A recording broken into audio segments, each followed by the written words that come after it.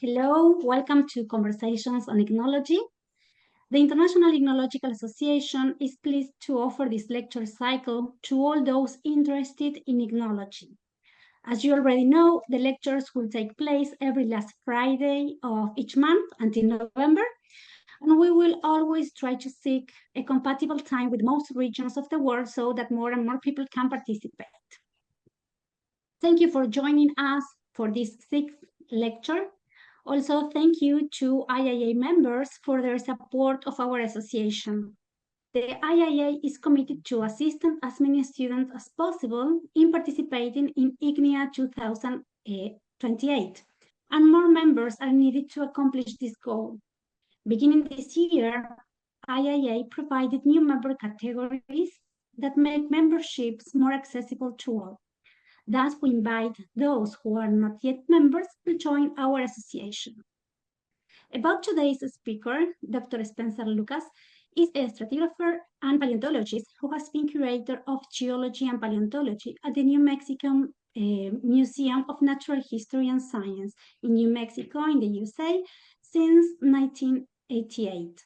He received a bachelor degree from the University of New Mexico and a master and a PhD degrees from Yale University. Dr. Lucas' research has focused on biostratigraphic problems of the late Paleozoic, Mesozoic, and early Cenozoic. Since 1992, he has been a major contributor to refinement of the Triassic timescales as a voting member of the IUGS Subcommission on Triassic Stratigraphy. He is also currently a voting member of the Permian Subcommission and the Carboniferous Subcommission. He has undertaken extensive field research in the American West, Kazakhstan, China, Mexico, Nicaragua, and Costa Rica. Dr. Lucas has published 7 books and edited or co-edited more than 70 volumes. He has published more than 1,000 scientific articles. In the mid-90s, Dr. Lucas began to study tetrapod footprints and other non-marine trace fossils, particularly of late Paleozoic and Triassic age. In this opportunity, Dr. Lucas will be talking about the ichnology of vertebrate consumption. Thank you very much, Spencer, for accepting this invitation. Thank you for the introduction, Noelia, and I want to thank all of you for attending. Here where I'm at, it's morning. I guess it's morning in the New World. If you're in Europe, it's afternoon. And if you're in Asia, it's evening. So welcome to all of you.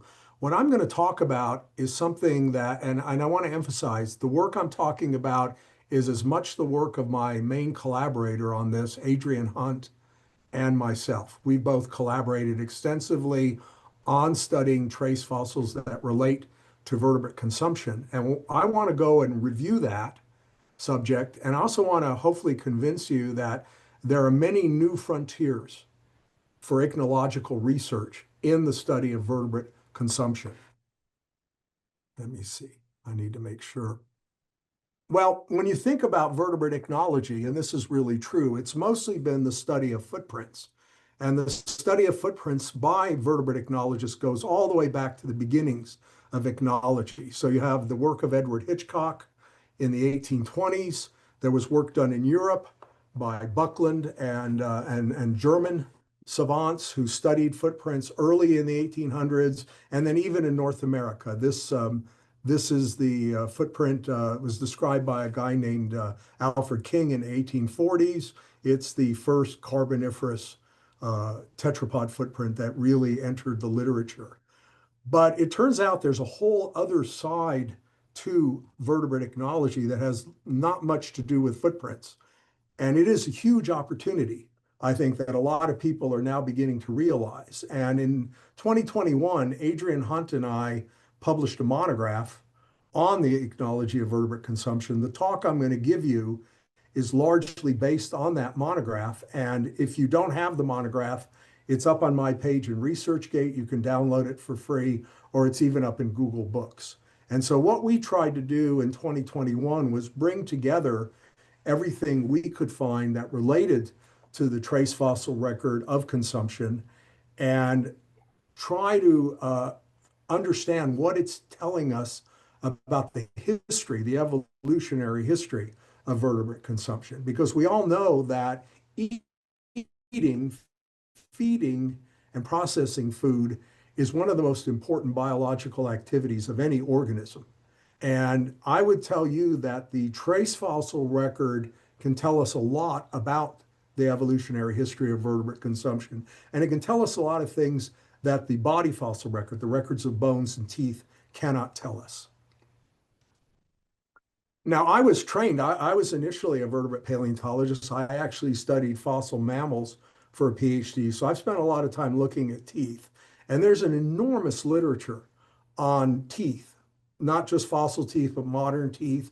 And there's also an enormous functional morphological literature, not just on teeth, but on skull structure, jaw structure, etc. So most of what we think we know about vertebrate feeding, about consumption, comes from those studies. And those studies, of course, are colossally important. I mean, it's very easy. You look at the teeth in the picture here, and you can see, for example, the shark's teeth at the top of the picture are pretty obviously the teeth of somebody who's eating other animals. These are not herbivore teeth.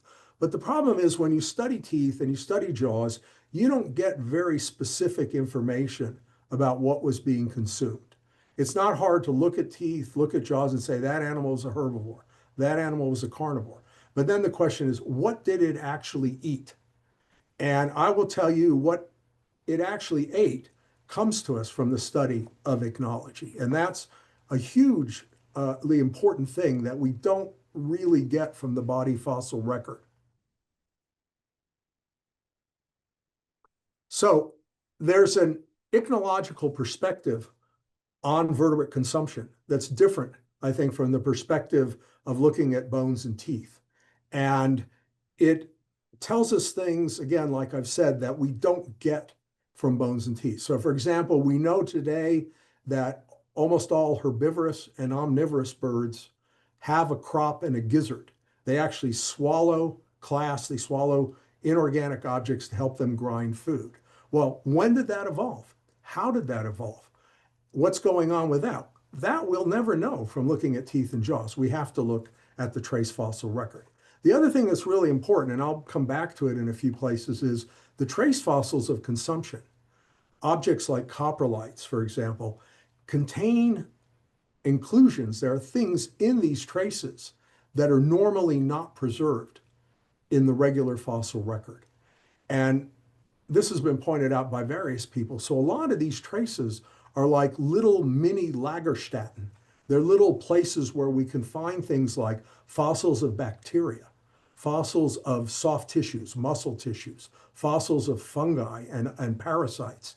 And this is a hugely important aspect of this record that is only now, very recently, beginning to be studied because it requires some fairly sophisticated technology to look inside of things like coprolites, to look at them microscopically, and to understand that. And you know, I hope as I know, we understand almost nothing about the evolution of bacteria. The fossil record of bacteria is very spotty. We actually probably know more about Proterozoic bacteria than we know about Phanerozoic bacteria. But these trace fossils have the potential to allow us, with enough work, to put together a much better understanding of the evolution of microorganisms and other things that are not normally preserved. And then, of course, all trace fossils serve as proxies for distribution. I don't have bones, but I have footprints. So I know that dinosaur was there, even though I don't have its bones. Same thing. If I can identify the producer of a coprolite or another consumption trace fossil, that trace fossil will act as a proxy and tell me that certain animals were there, even when I don't have the body fossils.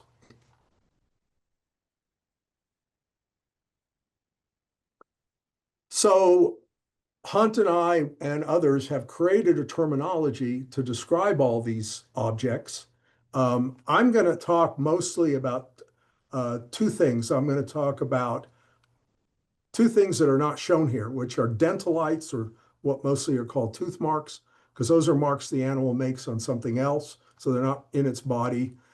And then I'm going to talk about bromelites in general. And bromelites are everything to do with consumption, from things that have been ejected out of the front of the mouth, vomit, if you will, things that come out of the back of the animal, which are largely coprolites, and then things that are preserved within animals, like gastroliths and what we call consumolites, which consumolites have largely been called gut contents or stomach contents.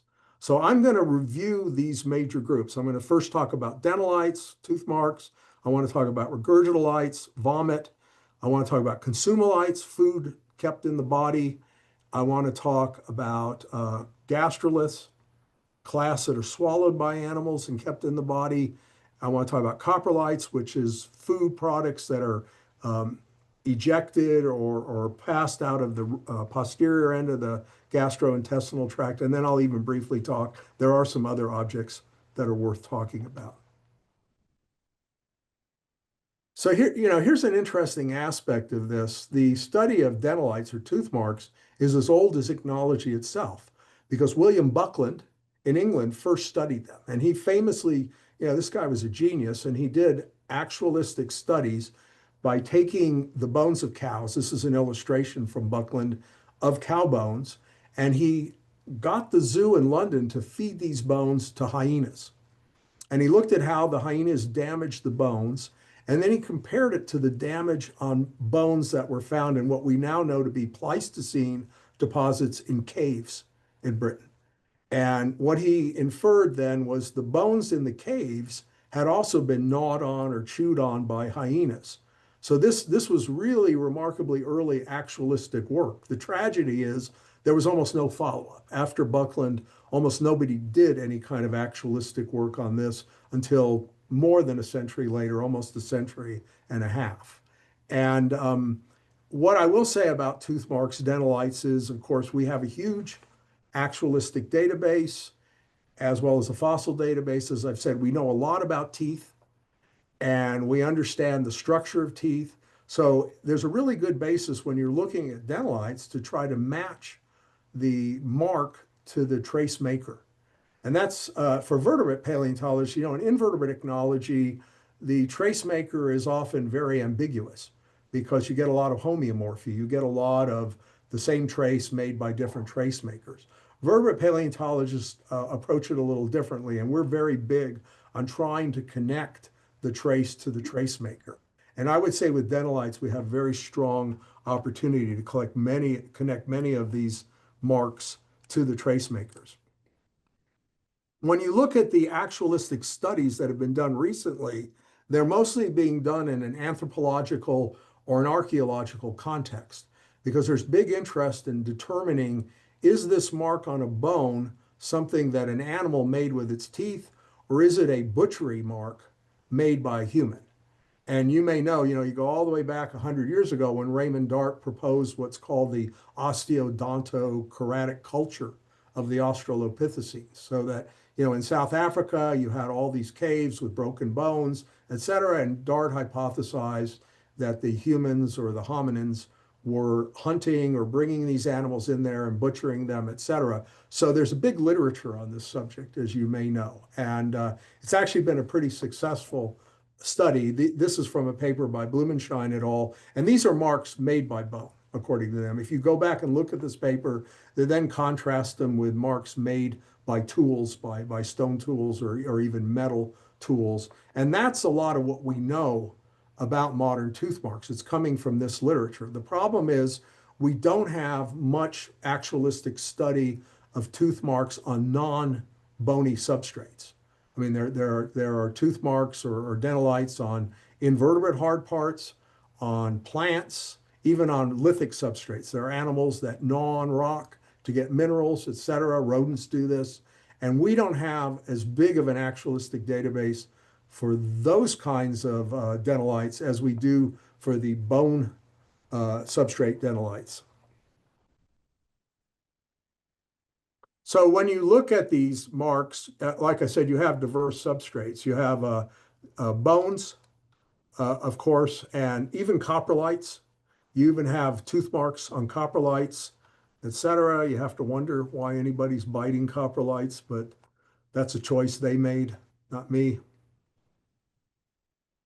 And of course, famously, there's a paper going all the way back to the 60s by Earl Kaufman and Kessling, the famous mosasaur that supposedly bit the ammonite here, a more recent example of cephalopod biting on ammonites. And there are plenty of shelled invertebrate examples of dentalites on invertebrate hard parts. But here's something interesting. This is what Hunt and I published this in that monograph.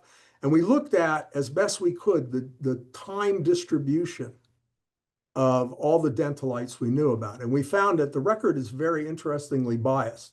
The blue at the top are the marine dentalites, the non-marine are in the middle, and then this is a compilation. And you can see that the record is highly uneven. I mean, we didn't find much of any dentalites, for example, in the Carboniferous through Triassic for the marine realm. That's not to say we didn't miss something, but nonetheless, most of the Paleozoic dentalites in the marine realm are Devonian. And then there's a big spike in the Cretaceous, and there's actually reasonable numbers, particularly in the non-marine in the Mesozoic. And that largely reflects the fact that most vertebrate paleontologists these days study dinosaurs. So there's a huge literature on dinosaurs, and there's been a huge interest in tooth marks on dinosaur bones as evidence of predation, scavenging, and even agonistic, or you might say a conflict-based behavior between the animals. So one of the problems we have here is we just have a very uneven record. And I would say there probably are a lot more dentalites out there to be found in the time periods that are underrepresented.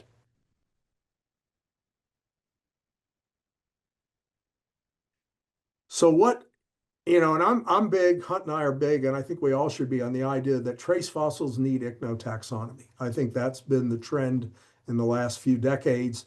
And so if we're going to create ichnotaxonomy for dentalites, and in fact, it already has been done by various people, including us, what would the ichnotaxobases be?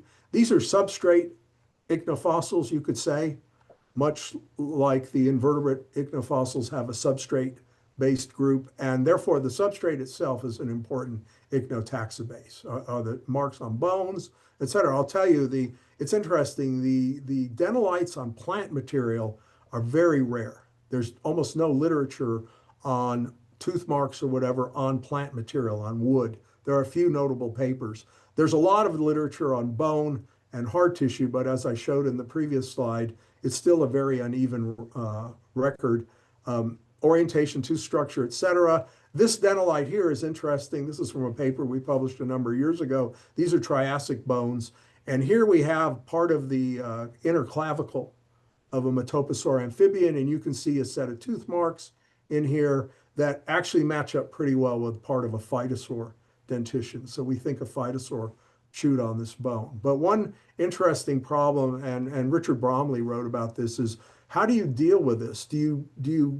Is the ichnotaxon a single tooth mark, or could the whole dentition be an ichnotaxon? And Bromley thought that if you're using the dentition, it's a compound trace fossil as opposed to the single tooth. I don't agree with that. I think we know enough about dentitions that the dentition can be a useful ichnotaxobase. We don't just have to name single tooth marks. We can look at marks like this that clearly match a jaw structure and distinguish them from single tooth marks. There are about 25 ichnogenera that have been named.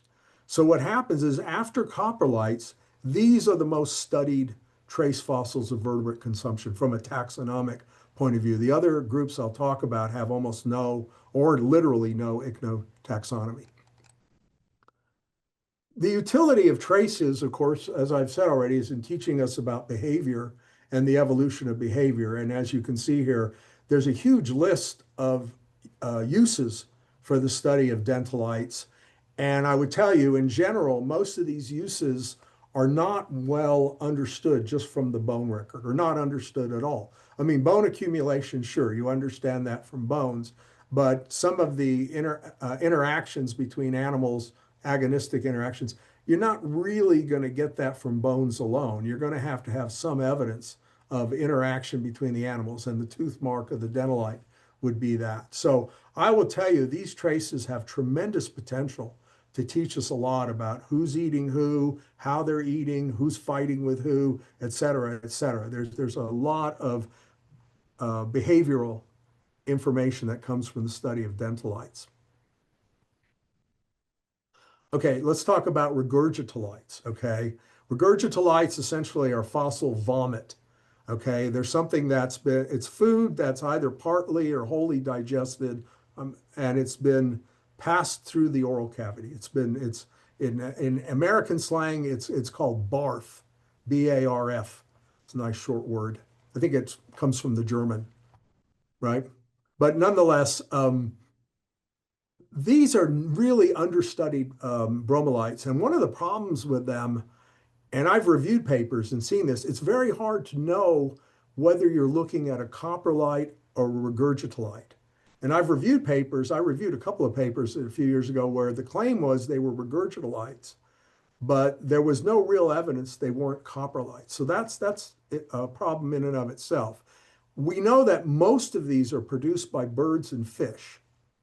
Okay, other tetrapods do ingest food, they do vomit, but it looks like the record of vomit is much more common, particularly in birds, because we know there are plenty of birds, I'll show you, that swallow food, predatory birds, and then they don't digest all of it, particularly the bones, and they then vomit out a pellet. And these pellets are an important part of the fossil record, and of course, they are regurgitolites. So as I've said, these are three regurgitolites. They're from Messel. They're from the Eocene in Germany. I like the lower one the best because it shows you, is that a coprolite or is it a regurgitolite? We think it's a regurgitolite partly because it doesn't have a hard boundary. Typically, coprolites have a very integrated boundary. So if you get a mass of bone in a coprolite, you're going to have matrix, very well lithified matrix encasing that bone. In fact, I don't know a coprolite where you would see that much bone on the surface. Whereas this has a kind of halo of something inorganic or partly organic around it, and it looks more like a regurgitolite. And then, of course, you can look at other factors as are shown here. How much has it been digested? You know, what kind of etching, what's gone on, what elements are there? It turns out if you look at modern birds, different predatory birds, when they cough up these pellets, they process the bone in the pellets differently.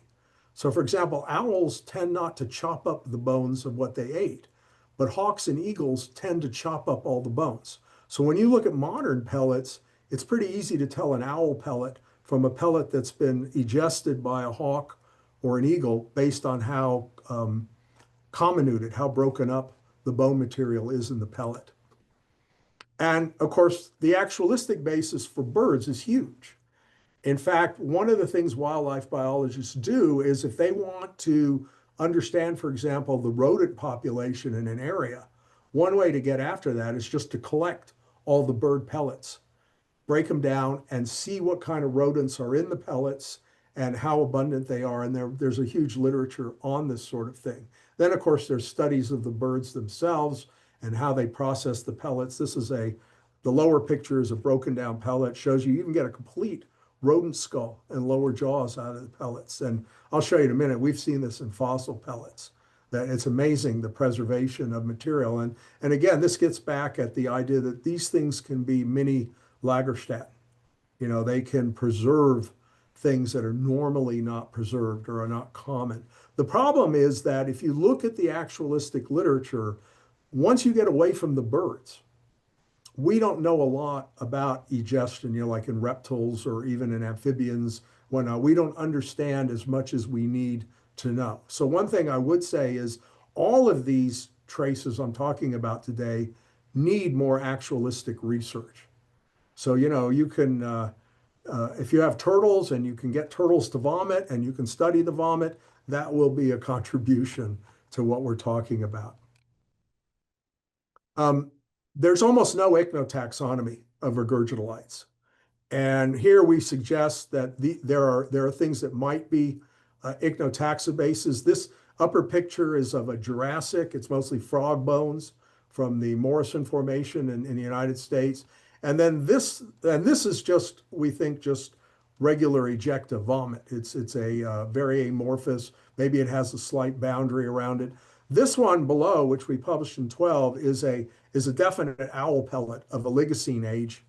And it's pretty amazing. You've got the skull of the animal, cervical vertebrae all articulated, the forelimbs, and then it's chopped off. And you can go back to the article, there's reasons to believe these were owl pellets, and they fit the pattern. If this was a hawk or an eagle pellet, the bones should be more chopped up. They shouldn't be articulated and complete as they are here. But there's almost no ichnotaxonomy. People are not really looking at these traces enough to perhaps propose ichnotaxa. Again, the behavioral utility is fantastic. Who knew that Komodo dragons vomit? I didn't know.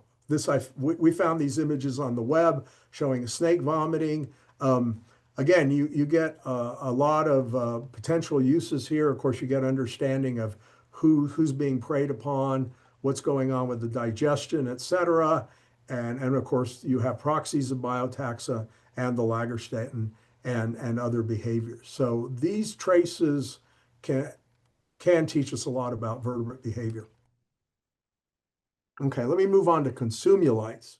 Okay, consumulites, I don't think anybody ever attempted to bring the literature together on them until Hunt and I wrote the monograph, because most of the records are buried in paper. Someone describes the skeleton of some animal, and it happens to have somebody inside of it. So what you have to do is pore through a lot of literature looking for these unique occurrences. And so, like John Ostrom, for example, very famously described skeleton of Compsognathus from Bavaria, from the Jurassic of Bavaria. And there was a lizard skeleton inside of this animal. So this was obviously the last meal. But until we tried to pull everything together, and I'm not going to guarantee we covered everything. There's hundreds of these things in the literature, but like I say, they're hidden. The most famous consumulite is this image below. This is the famous fish within a fish that was discovered in the Cretaceous of Kansas in the 1950s. It's everywhere. You go online, you find a million images of it. And here's the smaller fish that was eaten by the larger fish. And there's reason to believe that this hungry big fish essentially died. Maybe this little fish, not so little, damaged its internal organs and killed the animal. But again, like the other consumption ichnology objects I've talked about, these can be Lagerstätten or places for exceptional and unusual preservation.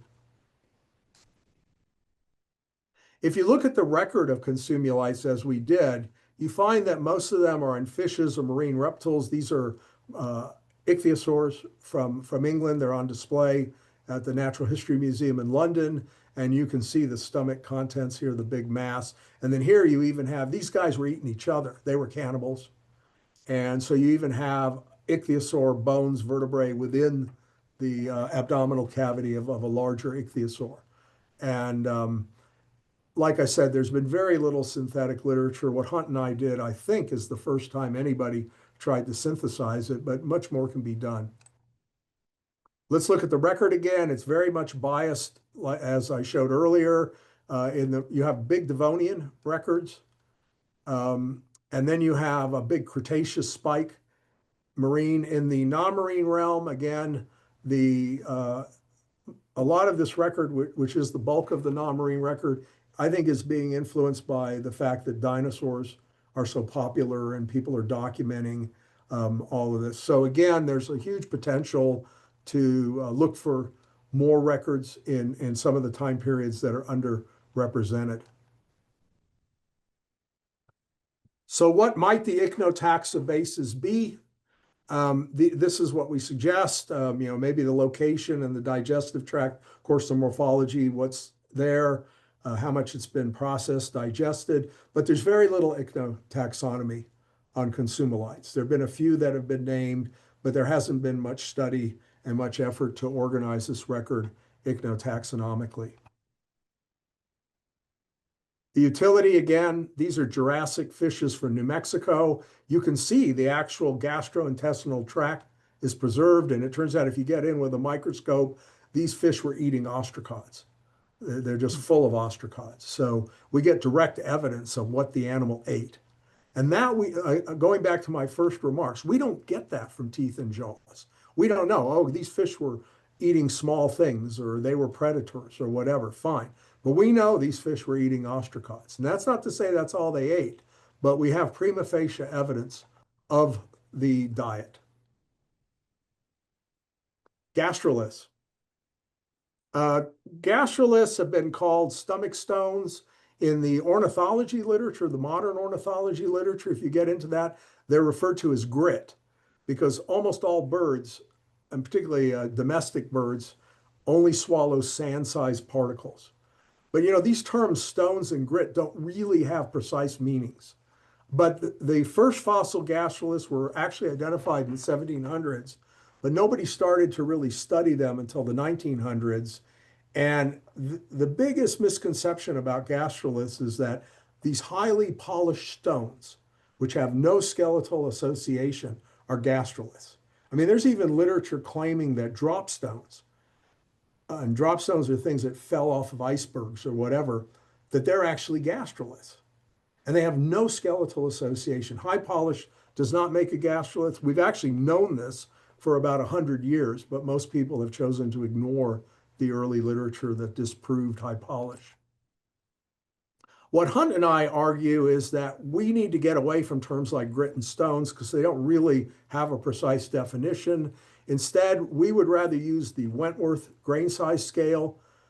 Almost everything that's a gastrolith is either a sand or gravel sized object. As I said, birds mostly swallow sand, but when you get up to animals like plesiosaurs, dinosaurs, you actually get cobbles that are being swallowed.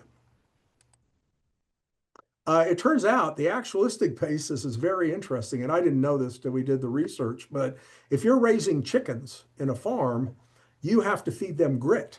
You can go, I got this image from Amazon. You can go buy, my good friend Klein in Germany can even buy chicken grit on Amazon and have it shipped to his home in Germany. And there's a big literature on how much grit do you feed a chicken? When do you feed it grit? What kind of grit do you feed it? And it all has to do with the desire to make the biggest chicken you can get so you can make the most money by having big chickens that people will buy to eat. So we know a lot about consumption, and not just in domestic birds, but even in wild birds. There's been a lot of research. There's a big literature on grit in modern birds. The problem is we don't know much about the other vertebrates.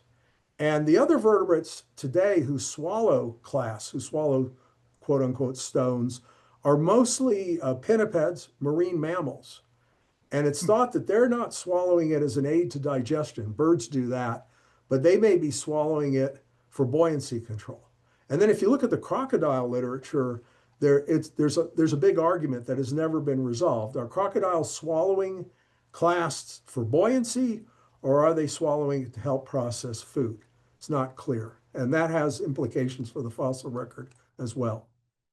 But the biggest misconception that needs to go away, if you start looking at real gastroliths, this was a real one from the Cretaceous of Kansas, it's not polished.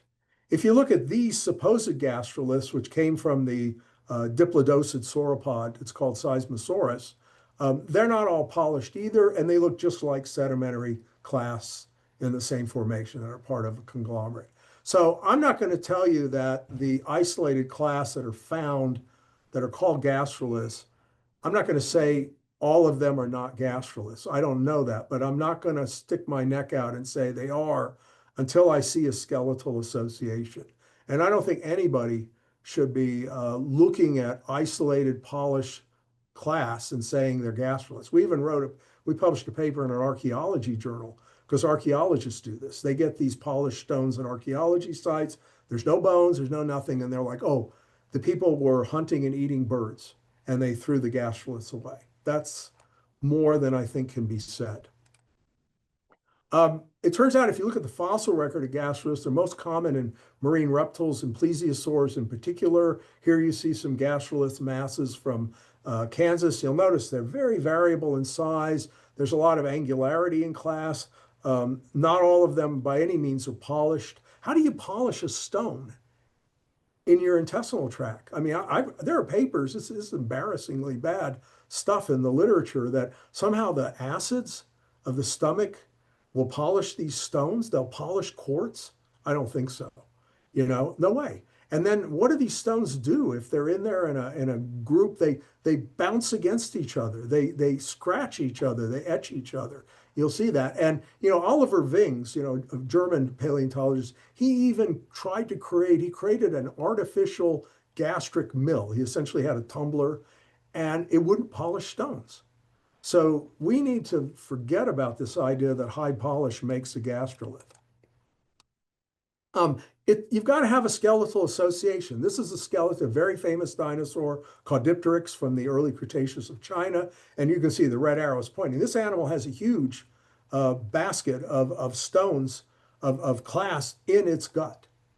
And I would say to you, yeah, those are gastroliths for sure. If I found those stones isolated lying around somewhere, I don't know that they're gastroliths. There is no ichnotaxonomy of gastroliths. Nobody's named an ichnotaxon for gastroliths. We suggest possible ichnotaxobases for doing that, but nobody's done that yet. It's incredible how useful they are. They tell you, of course, things about feeding and digestion. But one interesting thing that Everhart pointed out in his papers is the plesiosaurs who have the gastroliths in Kansas in the Cretaceous were swimming over sea bottoms that were chalk. There were no stones. Where did they get these stones? They had to swim somewhere. And the answer is they literally swam hundreds of kilometers to beaches and even up river courses to get the stones. You'll never figure that out looking at their skeletons. But the gastroliths tell us something about habitat, about that. And of course, there's this whole question of, I brought it up, how did the crop and gizzard of birds, these red dots are everybody who's got a gizzard. And you can see there's evidence perhaps that the gizzard and crop may have evolved once in theropod dinosaurs, but it clearly evolved multiple times. Crocodiles who swallow stones had some sort of, I don't know if they had a crop, but they had something that would be called a gizzard, perhaps, even some lizards. There's a lot of interesting questions about the evolution of these structures as an aid to digestion. Okay, coprolites. Coprolites are the most studied of all the traces I'm talking about. Again, they go back to Buckland. Buckland coined the term coprolite in the 1820s. But if you look at the history of study, very little was done with coprolites for well over 100 years, 150 years.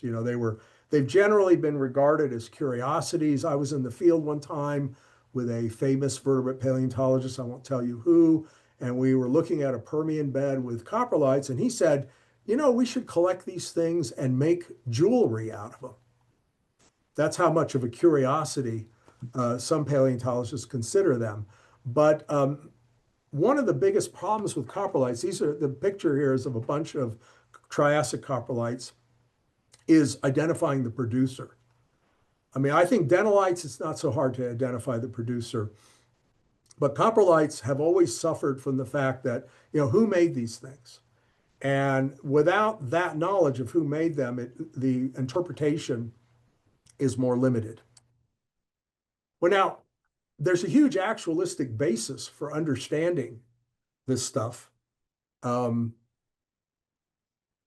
I know a number of people work on coprolites do not want to put ichnotaxonomy to coprolites because they tell me they're too variable. And I tell them, hey, get out a field guide. Any field guide to animal tracks will have pages like these I show here that show you very specifically a specific species of cat or of goat or whatever makes very distinctive coprolites. So the books teach you how to identify. You don't see the animal, you don't see the bobcat, you don't want to see the bobcat. It's a dangerous animal, right? But you see its scat, its feces, and you can identify it. The problem is that omnivores, and we're omnivores, have very variable structure to their feces. And I'll tell you, I know this because I have an opportunity to do actualistic work on my own feces every day, right? And when I see them, I know that they vary in structure. And I've also seen in the mountains near here, I've seen bears are omnivores, and I've seen the different feces that bears leave, and they vary considerably too, depending on what the animal eats. But that's only a problem for omnivores. When you talk about carnivores and herbivores, their feces are not that variable. So there's no reason not to apply ichnotaxonomy to coprolites. You're going to have trouble with animals that are omnivores, but beyond that, I think there's a lot of ichnotaxonomy that can be done. The other thing we know is, and this comes from Buckland, this is Buckland on the left here in the 1820s, who sees these spiraled coprolites, and he thinks they're made by sharks, but he's not sure. So what he does is he gets dead sharks, he dissects them, and he puts cement into their gut. And they have a spiral valve. And so these are the cement infillings of the guts that Buckland was doing in the 1820s. So I would say there's a huge actualistic basis for understanding coprolites, and we should take advantage of that in our interpretations and in our ichnotaxonomy. Ichnotaxobases are well established. I mean, Chris Duffin here, these are Cretaceous coprolites from Morocco that he published recently. And you can see they have a unique kind of corrugated or furrowed structure to them, surface texture, etc. Because of this, there's about 50 named species, and I'm seeing now, it seems like every month or so, I see more literature on coprolites, and we're seeing people applying ichnotaxonomy to them in Asia, in Europe, North America, etc. And so I would say to you who don't want to put ichnotaxonomy to coprolites, I've actually told this to some people personally. I said, you're behind the curve. You're behind the trend. I think what we're going to see is a very extensive coprolite ichnotaxonomy developed, and it'll be very useful for various reasons. Now, one thing that's interesting is, and we've looked at this, if you look at the stratigraphic ranges of named coprolites, some of them have definite ranges. This is late Paleozoic, this is Cretaceous. The problem with this, the drawback is, I don't think we've studied the coprolites enough to know if these are really reliable ranges in many cases. I suspect that a lot of these ranges are a function of taphonomy, discovery, study. And so I think as we get to know more and more about coprolites, we'll get a better understanding of actual coprolite stratigraphic ranges, and they'll have a greater utility to biostratigraphy. Now, this is something Hunt and I published a few years ago. Younger coprolites, this is Rampart Cave, a late Pleistocene, Holocene, coprolite-filled cave in the Grand Canyon. And these coprolites can be radiocarbon dated, and they have been. And so there's a lot of cave coprolites of sloths. These are ground sloths. And this is a compilation of carbon-14 dates for North America. And here's the youngest to the left, and South America. And it shows some very interesting trends. It shows you, for example, if you think of the coprolites as a proxy for sloth presence and abundance, it shows you a great abundance of sloths, or at least a lot of sloths who wanted to go into caves and leave their droppings, both in South and North America, very late in the Pleistocene. And it even times you out. It shows you that sloths are surviving the very end of the Pleistocene. So, and of course, you can't do this with a lot of fossil coprolites. Maybe there is material in older coprolites that could be uranium lead dated, et cetera. Maybe there are zircons in coprolites. I've never seen that. But certainly the younger ones, the ones that are subfossil, that are still organic, can be carbon-14 dated. Believe it or not, you can even have copro provinces. We published a paper in Ichnos on this. When you look at all the old world caves, almost all the coprolites were left by hyenas. If you look at New World caves, almost all of them were left by sloths. There's some mammoth coprolites and other ungulates. So you have very different types of coprolites in different regions. And so, I mean, I don't know if this term will ever come into common use, but you could argue there are sort of copro provinces. These are all the old world caves, the red dots, which are dominated by hyena coprolites, and then the New World caves, which are dominated by those of sloth. So you could get, and of course, you could say, well, we already know this because we have the bones of the hyenas and the sloths, so we know where they live. But imagine in a time interval where you don't have the bones, and what you're relying on is a coprolite record as a proxy for distribution. So there's even biogeographic applications. And, you know, probably all the consumption traces I'm talking about could be applied in this way if we knew more about them. I think what's happening is we're getting to the point where we have a critical mass, enough understanding of coprolites in some time intervals that these kinds of interpretations are possible. And then, of course, the Lagerstätten thing. And believe me, a lot of people know this. I actually think this is one of the big places that coprolite research needs to go. This is, the inclusions. And of course, all of this is technologically possible now because we have micro CT scanners. This is from a paper by Xiaoming Wang et al. It's the coprolite of a bone-eating dog, a borophage-eating dog from the late Cenozoic. And here you see the internal contents through CT scanning. This is from a paper, the upper images that Ed Simpson and Adrian Hunt and I just published on Green River coprolites, Eocene coprolites from Wyoming, and they're full of bacteria. They're full of coccoid bacteria, et cetera. And as I said earlier, we don't know much about the evolution of bacteria.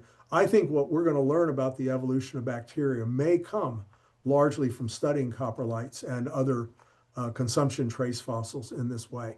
So this is a huge frontier for ichnology, is to get into looking at these, I call them mini Lagerstätten, to understand unusual, unique preservation that doesn't normally occur, in the fossil record. Now, human coprolites have been studied quite extensively. This is probably not really paleontology, but it is, again, these things are still organic, and it's being studied for diets. It's being studied to look at parasites and diseases of the humans. So you have to wonder to what extent this kind of knowledge will come from actual fossil coprolites. That's something to work on. Okay, so then there are other traces of consumption. They have names, pabulites. I think Christian Klug introduced this term for things that have been, they're food, but they were not eaten. So these are birds' legs from Messel that were apparently bitten off by the consumer and left. So these are called pabulites.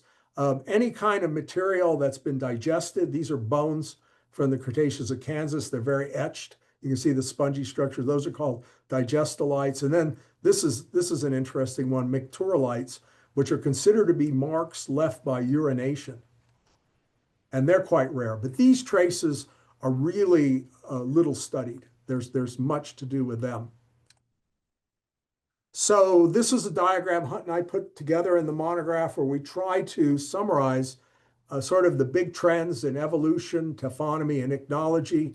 I would tell you this is a first attempt at understanding what the traces are telling us about key evolutionary breakthroughs in consumption. Okay, so a good example would be when do jaws appear? When do we see the first dentalites, the first evidence of jaws? We could say, this is just a few examples from the summary.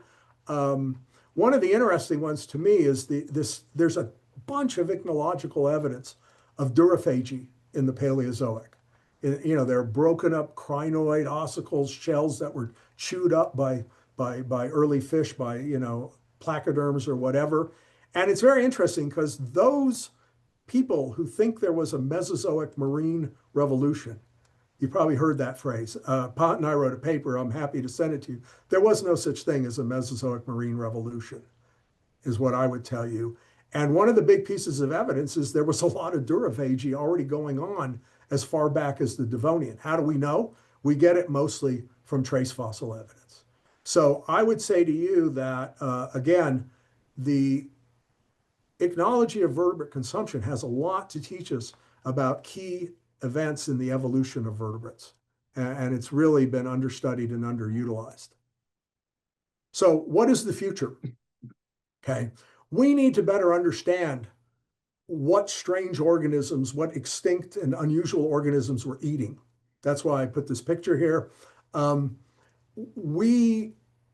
me, this is the prospectus or the opportunity. It's really an opportunity. Okay, we need simply to better document consumption trace fossils. They can't just be buried in papers. Oh, here's a new dinosaur. And oh, by the way, there's a lizard in its stomach or something like that. We need to know more about that. We need to know a lot more. We need more actualistic data, as I've told you. Maybe not so much about coprolites, but the other traces are not as well understood actualistically as they could be.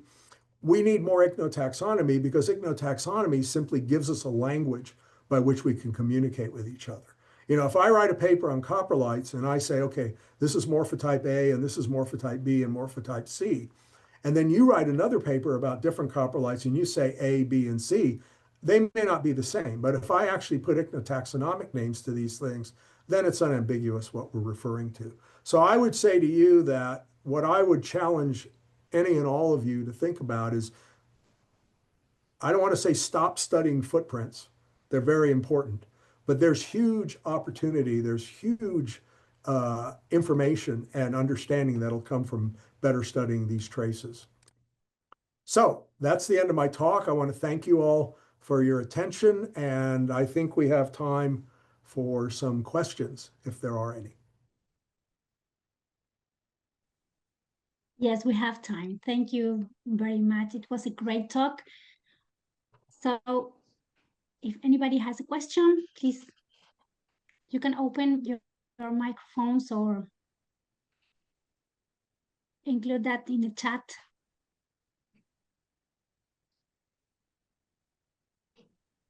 You believed it all, right?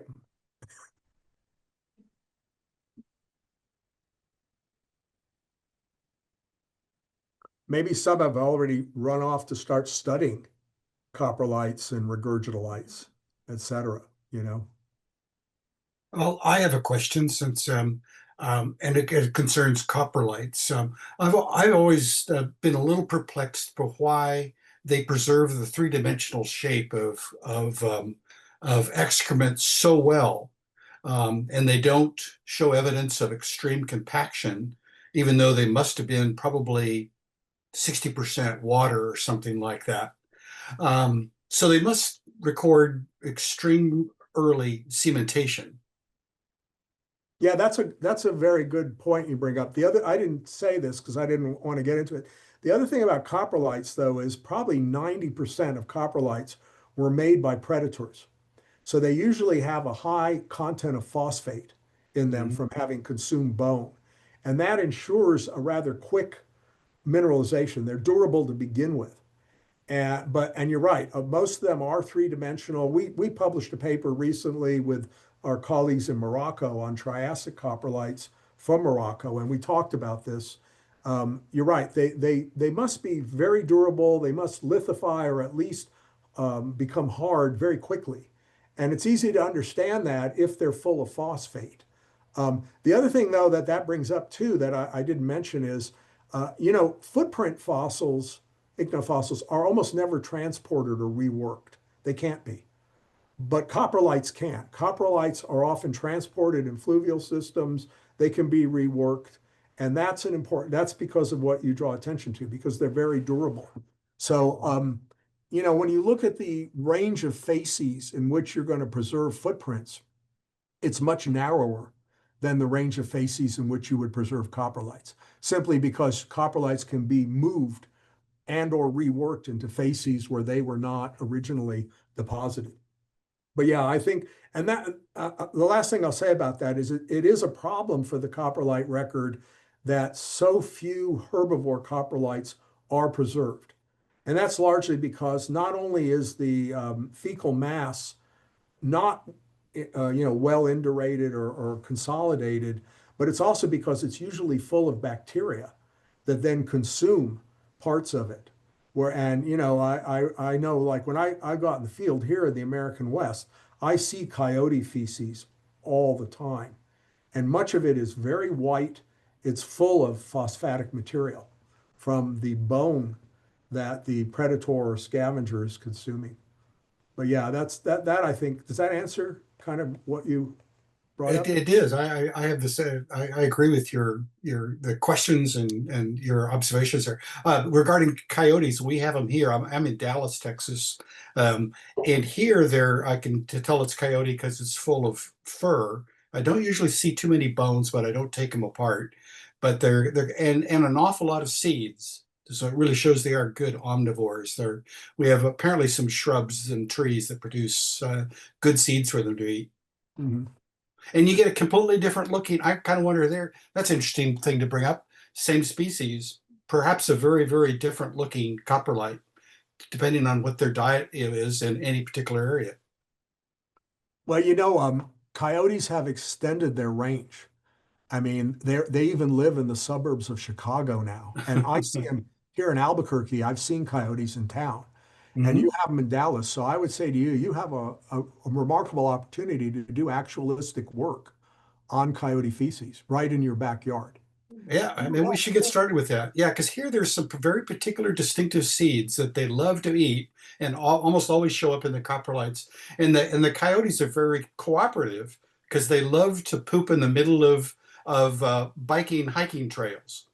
Yeah, they're marking territory is what. Yeah, yeah. Exactly. I mean, I know when I go out in the field, if I walk up an arroyo, I'll often find coyote feces right in the middle of the arroyo where the dog is marking its turf. Yeah, Yeah. well, I don't think we know. I mean, I would say to you, I'll bet you there's no literature on coyote feces that's useful to ecology. Hmm. There's no actualistic literature that would be useful to ecologists. And I would like to know, okay, can I pick up coyote feces and know it's different from wolf feces?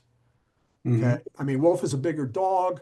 I don't know. I mean, you're right. I see seeds and vegetable matter in coyote feces. So I know the dog is eating that, but do wolves do that? Again, I would say, and I don't know of any literature that would allow me to distinguish the living dogs based on their feces. So Mhm. these are the kind of things that I find frustrating when you interpret traces, when you don't have a good actualistic understanding of who and how the trace was formed. So I would say, from after this talk, you could just go out and just start doing actualistic work on the consumption traces, and that would be a major contribution to our understanding. Okay.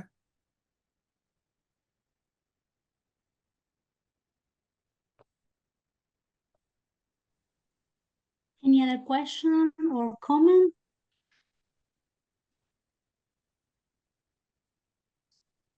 I have a question.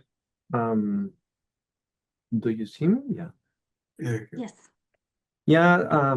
Well, really nice talk. It was quite interesting to see so many sources of information from the field trip guide to your own thesis and everything. It was really fun to see like how many you grab sources of information you have. When we study marine coprolites, there's a big question on like if the coprolites are pelagic or benthic. I'm not sure if you got into that or if you have any ideas on that, on how to discriminate between the two. And in fact, regarding the topic on how how sharp are the boundaries of coprolites, I found that the literature actually for pelagic coprolites, they mentioned that they don't have the covering is not quite strong, so they actually disintegrate when like shortly after deposition. And it could be, I mean, in my opinion, they could be totally similar to ursulite, right? We are talking about a different scale in a way. But yeah, I want to know maybe your thought on that, like differentiating between benthic or pelagic in marine coprolites. Well, I will tell you, I don't know much about that because I mostly study non-marine traces, but I do know, and I'm sure more can be done. I do know, for example, that when sharks defecate, they don't necessarily, and they're pelagic or at least they're nectic, they don't produce a mass. They produce a cloud of material.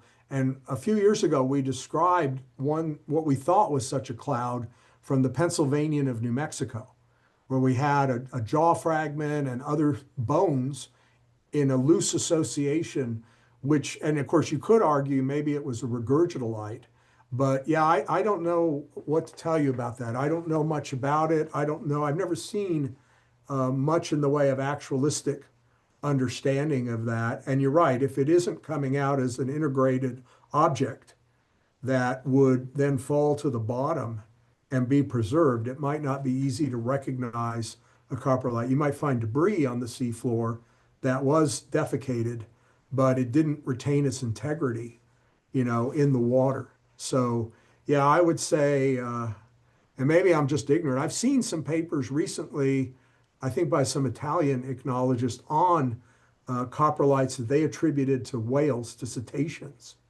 in the fossil record. So I would encourage you to look at that literature. I think whatever we knew about is in the monograph. We would have listed the publications, but yeah, I don't know the answer in a way to what you're saying. And I don't know that we do know, because I don't know that the actualistic work is there, you know. I mean, I do know, for example, that I've seen studies in bays, in marine bays, particularly in North America, where the wildlife biologists were collecting all the coprolites, or the feces, I should say, of the seals and the sea lions. And then they were processing them to get at the bones to kind of do population census data of what the seals were eating, you know, what kind of fish and whatnot lived in the bay. So there is that literature for sure. But yeah, I think there's room too. The one thing, the last thing I'll say is we're talking, you could say we're talking about a taphonomic problem here too. And there's probably a lot of room to do some actualistic taphonomy with, you know, living animals of all sorts, particularly say marine animals, to see what kind of fecal material they produce. And then most importantly, how does that feces behave in the water? Does it disintegrate rapidly? Does it sink? You know what I'm saying? And how does its content, its mineral content in particular, because these again are going to be the feces mostly of predators, you know, of animals that are eating fish and whatnot, or, you know, other fish. And therefore they should have a certain amount of phosphatic content, which helps preservation. So I've talked around a subject for which I have no firm answer. No, but I agree with you that there's more to do.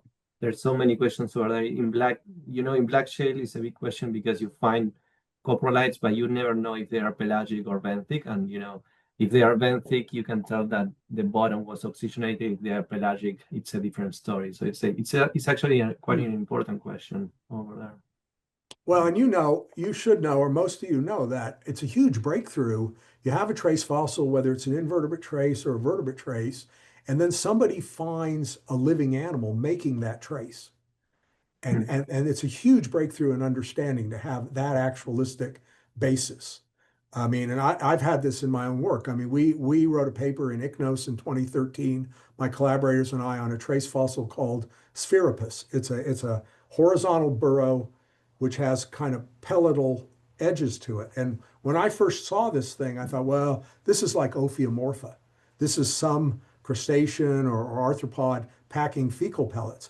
But it turned out that a guy named John Clark found out that beetles, hexapods, make these traces now by what's called compaction burrowing, which really means they dig the way I would. They stick their little hand out, they grab sediment, they make a little ball out of it, and then they push it to the sides of the burrow.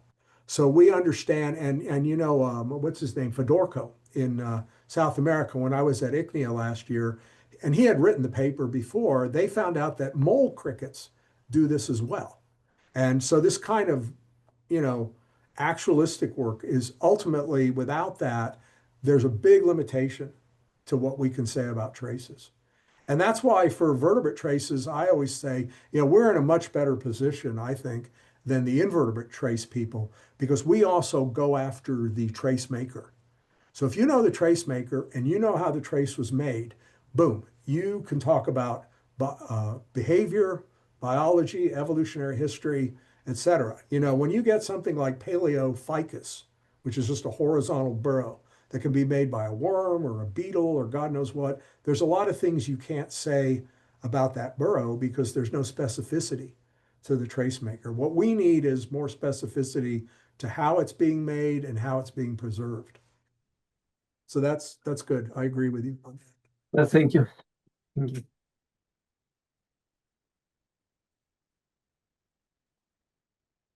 Any other question?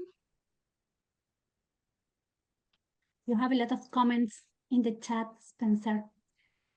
Okay. Everyone, enjoy your talk very much.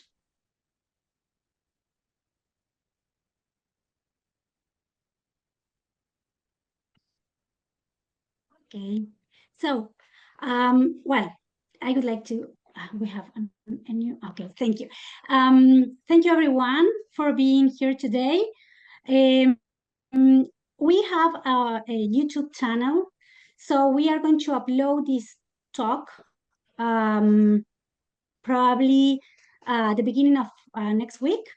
So if you want to share, it will be available then. And we are going to send you the information for our next talk for September. Thank you again. Thank you very much, Spencer. I really enjoy your talk. And I wish you a nice weekend for all of you. So thank you very much.